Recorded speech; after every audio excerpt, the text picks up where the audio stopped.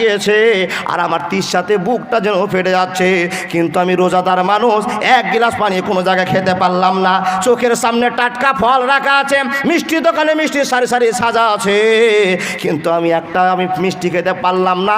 কলিজাটা যেন ফ্যাকসাটা শুকিয়ে গিয়েছে, আমি পানি পান করতে পারলাম না। মাকে আমি বাড়িতে নিয়ে আসলাম, তখন বেলা 2টো বাজে। হে বন্ধু, স্ত্রীর সামনে যে কথা বলবো মাকে গোসল করিয়ে দাও আর কিছু করে দাও, এইরকম সময়টা আর আমার হলো না। আমি কাতর হয়ে গেলাম, নিছর কাতর হয়ে পড়ে আছি। স্ত্রীকে বললাম, স্ত্রী রে, টিউবওয়েল থেকে ঠান্ডা জল আমার মাথায় চালু করে দাও। স্ত্রী মোটরের পাইপ টেনে এসে মাথায় ধরেছে। হে বন্ধু, যখন ঠান্ডা পানি অত্যাচারের সমাতে মাথায় পড়ছে আর চারোদিক দিয়ে ঠান্ডা পানিগুলো বয়ে বয়ে পড়ছে, আমার মুখ দিয়ে ভিজে ভিজে পানিগুলো পড়ছে।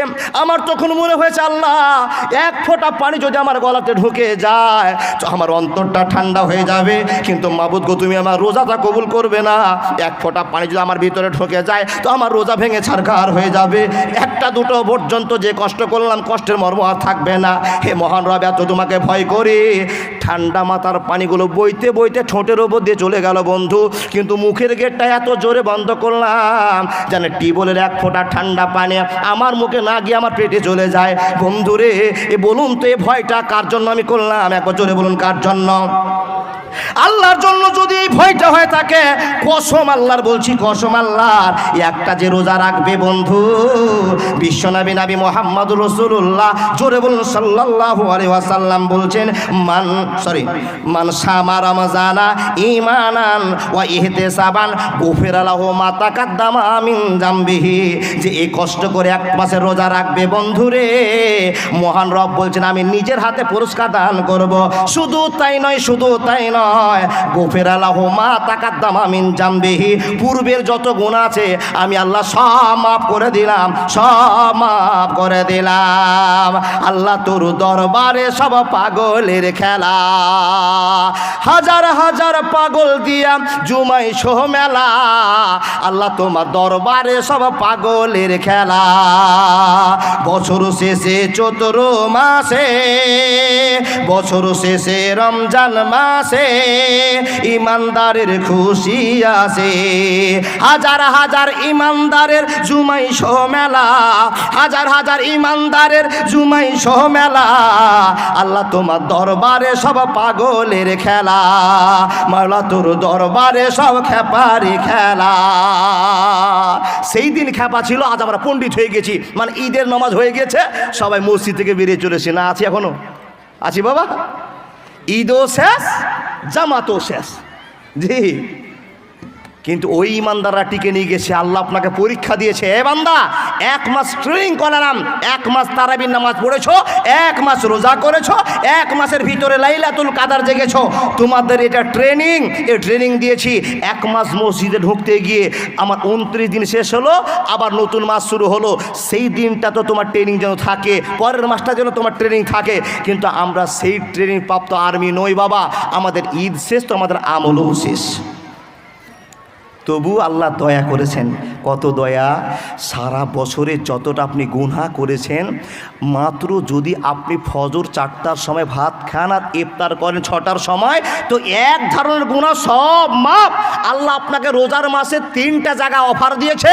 এই অফার 3টা আমরা কেউ জানি না। এই 3টা অফার যদি আমরা ধরে নিই, আমরা 1 বছরে যা কেলেম করব সব মিটে শেষ হয়ে যাবে। বাকি যত আমল করব সব আমাদের এক্সেস জমা হবে। এই বুঝে আমল না করলে আমল ফিটিং হবে না। বলে মৌলভী সাহেব 3টে জায়গা মাপের কি কি? আল্লাহর নবী মুহাম্মদুর রাসূলুল্লাহ পড়ুন সাল্লাল্লাহু আলাইহি ওয়াসাল্লাম বলছেন, মান শামা রমজানা ঈমানান ওয়া ইহতিসাবান গুফিরা লাহু মা তাকাদ্দামা মিন জামবি। ফজরে ভাত খেয়েছেন, শেষ করছেন কখন? 6টার সময়তে। এই রোজাটা আপনি সারা দিনে কাউকে গালি দিলেন না, স্ত্রীকে কাছে নিয়ে আপনি ঘুমালেন না, বেটার সঙ্গে ফায়েজ বকলেন না, ভাইয়ের সঙ্গে ফায়েজ বকলেন না। সজাগ থাকতে থাকতে আপনার দিনটা পার হয়ে গেল। বিশ্বনবী মুহাম্মদুর রাসূলুল্লাহ পড়ুন সাল্লাল্লাহু আলাইহি ওয়াসাল্লাম বলছেন, তোমার এক ধরনের গুনাহ সব মাফ হয়ে গেল। থাকলো আরো 2 জায়গা। কি কি 2 জায়গা? বাপ, যারা রাত্রি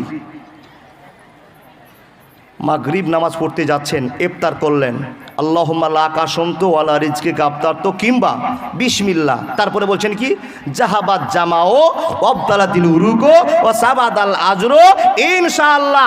রোজা ইফতার করার পর আপনি মসজিদে গেলেন, আপনার সারা দিনের শরীরটা এমন দুর্বল হয়েছে, এমন দুর্বল হয়েছে, দুর্বলের জন্য বলছেন যে আমি মনে হয় মাগরিবের নামাজটা আর পড়তেই পারবো না।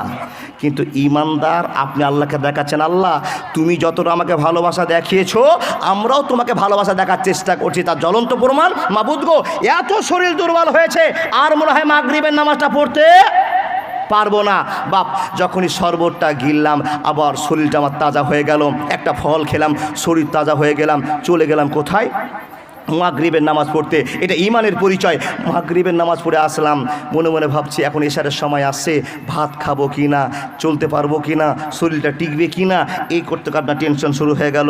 আপনি ভাবছেন 17টা রোজা হয়ে গিয়েছে আর মাত্র কয়েকটা রোজা আছে, কেন তারাবিটা ছাড়বো। আপনি কষ্ট মনে করতে করতে আবার তারাবিতে গিয়ে হাজির হয়ে গেলেন। বন্ধু আমার শুনে নেন, ইমানদারের এটাই প্রচার, ইমানদার এটাই বিশ্বাস করে, দুর্বল শরীরটা নিয়ে আবার গিয়ে তারাবিতে দাঁড়িয়ে যায়। কিন্তু বন্ধুরে আমার, আপনাকে একটা সজল ভাষা কথা বলতে আরম্ভ করেছি, যখন আপনি তারাবির নামাজ পড়তে যাবেন ইমামদেরকে মুসাল্লিদের ওপর লক্ষ্য রাখতে হবে। যদি আপনি সূরা বাকারা ধরে নেন আর মুসাল্লির যদি কনফিউশন থেকে যায় তো আপনার ইমানে গোলমাল লাগবে, আমলে গোলমাল লাগবে। এমন সাপেক্ষে নামাজ পড়তে হবে লাঠিয়ে যেন না ভাঙে আর সাপও না মরে যায়। তারা ভিতরে দুর্বল লোকগুলো দাঁড় হয়েছে আর দুর্বল অবস্থায় যখন আল্লাহর কাছে মহব্বত শুরু করবে, মহান রব বলছে বান্দারে এই দুর্বল চেহারা নিয়ে দুর্বল মনোভাব নিয়ে আমাকে ডাকতে শুরু করেছো, আমি আল্লাহ তোমার ডাকে সাড়া দিয়ে তোমাকে ক্ষমা করে দিলাম, ক্ষমা করে দিলাম, ক্ষমা করে দিলাম।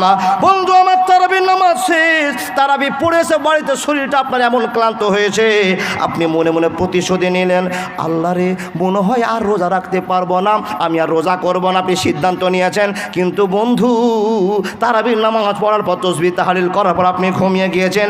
কসম আল্লাহর, কসম আল্লাহর, যখন আপনার রাত 1টা বেজেছে 2টা বেজে আপনার স্ত্রী রান্না করতে বসেছে, এ বন্ধু আপনার স্ত্রী 4-3টার সময় খাওয়ার জন্য ডাকতে আরম্ভ করেছে, আপনি স্ত্রীকে বলে দিয়েছেন স্ত্রী বেটা রোজা করবে, বেটি রোজা করবে, তুমি রোজা করো, কিন্তু আমার শরীরের কন্ডিশন এমন হয়ে গিয়েছে বউরে আমি মনে হয় আর রোজা থাকতে পারবো না, আমাকে 2 দিন রেস্ট নিতে হবে, 2 দিন দম নিতে হবে। স্ত্রী বলছে স্বামী গো তোমার মুখ চেহারা দেখে মনে হচ্ছে তুমি রোজা রাখতে আর পারবে না, কালকে তুমি রোজা করিও না, সিদ্ধান্ত হয়েছে রোজা করবো না। হে বন্ধু শুনে নিন, ইমানের সাথে আপনাকে বলতে আরম্ভ করলাম আমানার রাসূলু বিমা উনজিলা ইলাইহি মির রাব্বিহি, ঈমান যারা বিশ্বাস করে নিয়েছে আল্লাহর প্রতি, ফেরেশতাদের প্রতি, কিতাবের প্রতি। হে বন্ধু আপনি যখন বিছানায় ঘুমিয়ে গিয়েছেন আমি আর কালকে রোজা করতে পারবো না, শুয়ে আছেন, বেটার ভাত খাওয়া হলো, বেটির ভাত খাওয়া হলো, স্ত্রীর ভাত খাওয়া হলো, টুকটুক করে ঘর থেকে আপনি দেখছেন তাদের ভাত খাওয়া শেষ। এবার মনে মনে আপনার কল্পনা জল্পনা চালু হয়ে গেল, আল্লাহ আমি একজন ইমানদার মানুষ, আমি তোমাকে রাজি করার জন্য দাঁড়িয়েছি, হে আল্লাহ তারাবি পড়লাম, রোজা করলাম, 2 নম্বর টিকিট আমি সঞ্চয় করেছি, মহান রব গো আমি কেমন করে বেঈমান হয়ে শুয়ে থাকবো, আল্লাহ রোজাটা ধরে নি। চিন্তা ভাবনা করতে করতে আপনি বিছান থেকে মুখটা ধুয়েছে বাবা, আপনি চিন্তার সাথে বসে বসে আপনি 1 পোয়া চালের ভাত খেলেন, 100 গ্রাম চালের ভাত খেলেন। হে বন্ধু 1 পোয়া চালের ভাত আপনি 50 গ্রাম চালের ভাত খেয়ে আবার মনটা আপনার ফিটিং হয়ে গেল। মুসলমান যখন সকাল 7টা বেজে গেল আপনি আবার বলছেন কেন রোজাটা ছাড়বো, বাড়ির সবাই রোজা আছে আর আমি রোজা ছেড়ে কেমন করে তাদের সামনে খাবো আর ঘুরবো, না না না, যদি জান বেড়ে যায় আমি আর রোজা ছাড়তে পারবো না। এই কষ্ট করতে করতে করতে করতে করতে বন্ধুরে 29টা রোজা পার হয়ে যাবে। আমার আল্লাহ বলছেন বান্দা শোনে না, আমি নিজের হাতে নাম্বার করব, তুমি যতটা কষ্ট করবে বান্দা ততটা বিল আমি তোমাকে ফিরিয়ে দিব।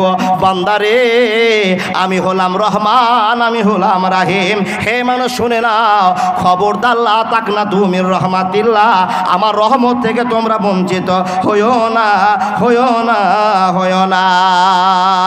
কেমন করে ঘুমাও তুমি তুমি ফজর করে কাজা, এমনও তো হতে পারে তোমার জোহরে জানাজা, এমনও তো হতে পারে তোমার জোহরে জানাজা।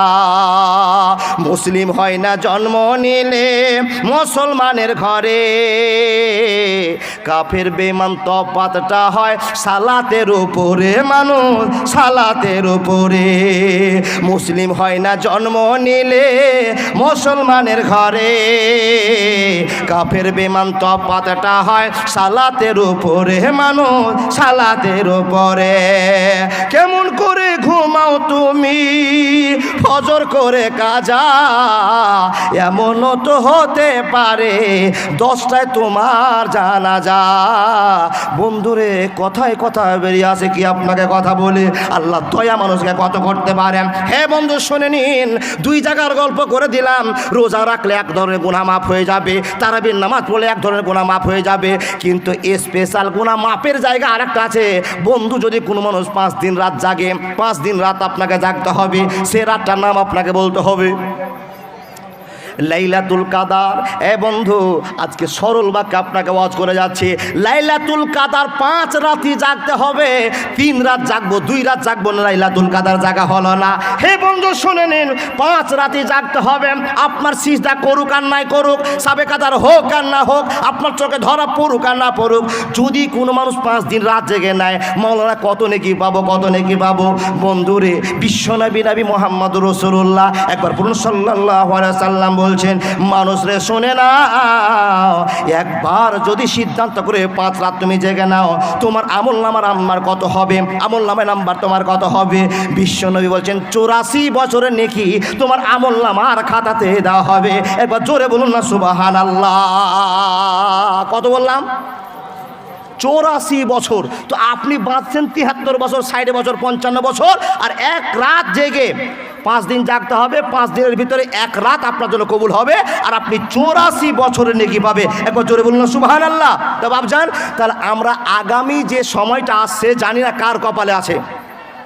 আগামী সময়ে কার কপালে লাইলাতুল কাদার আছে, রমজান মাস আছে, কেউ বলতে পারবো গো বাবা? কেউ পারবো না, পারবো না।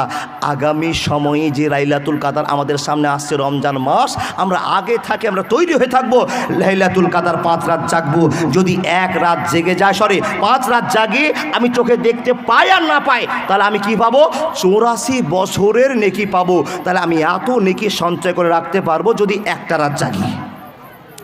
ইনশাল্লাহ জাগবো। এই বাবা জাগবো ইনশাআল্লাহ। জোরে বলুন ইনশাআল্লাহ। এই বছর তো জাগতে পারলাম না, আমি সামনে জাগবো মৌলভী সাহেব, এটা ইকরার করলাম, প্রতিজ্ঞা করলাম।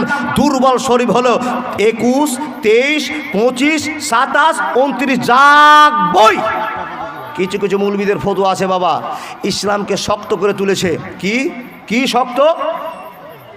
10 জন লোক লাইলাতুল কাদার জাগছেন, কেউ বলেছে ওই রকম লাইলাতুল কাদার জাগা চলবে না। আচ্ছা চলবে না কেন? আপনি এত বড় ফতোয়া দিচ্ছেন, আর জাগতে দেন না। যারা লাইলাতুল কাদার জাগে তারা শুধু গল্পই করে না, কোরআনও পড়ে, নামাজও পড়ে। বলুন তো, যারা লাইলাতুল কাদারকে জাগার জন্য উপস্থিত হয়েছে, জাগবো রাতটা, দেখবেন যে ছেলেটা লাইলাতুল কাদার জাগবার উদ্দেশ্য করেছে, তারা কি করেছে বাবা? 5 জন মিলে, ভাই চলো মসজিদে জাগবো। ওই কোণাতে ওই বসেছে, ওই কোণাতে ওই বসেছে, এই কোণাতে এই বসেছে।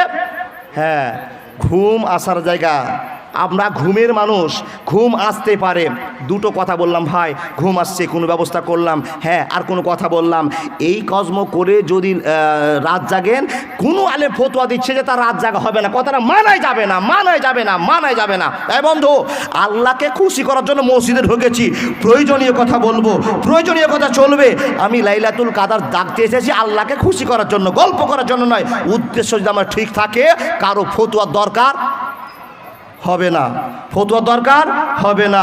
দিন ইসলামকে দিনের পর দিন কঠিন করে দিচ্ছে আমাদের মতো এক পর্যায়ের আলেম। বাপজান, এত কড়াকড়ি দরকার নেই, সাধারণ মিডিল পন্থা অবলম্বন করতে হবে।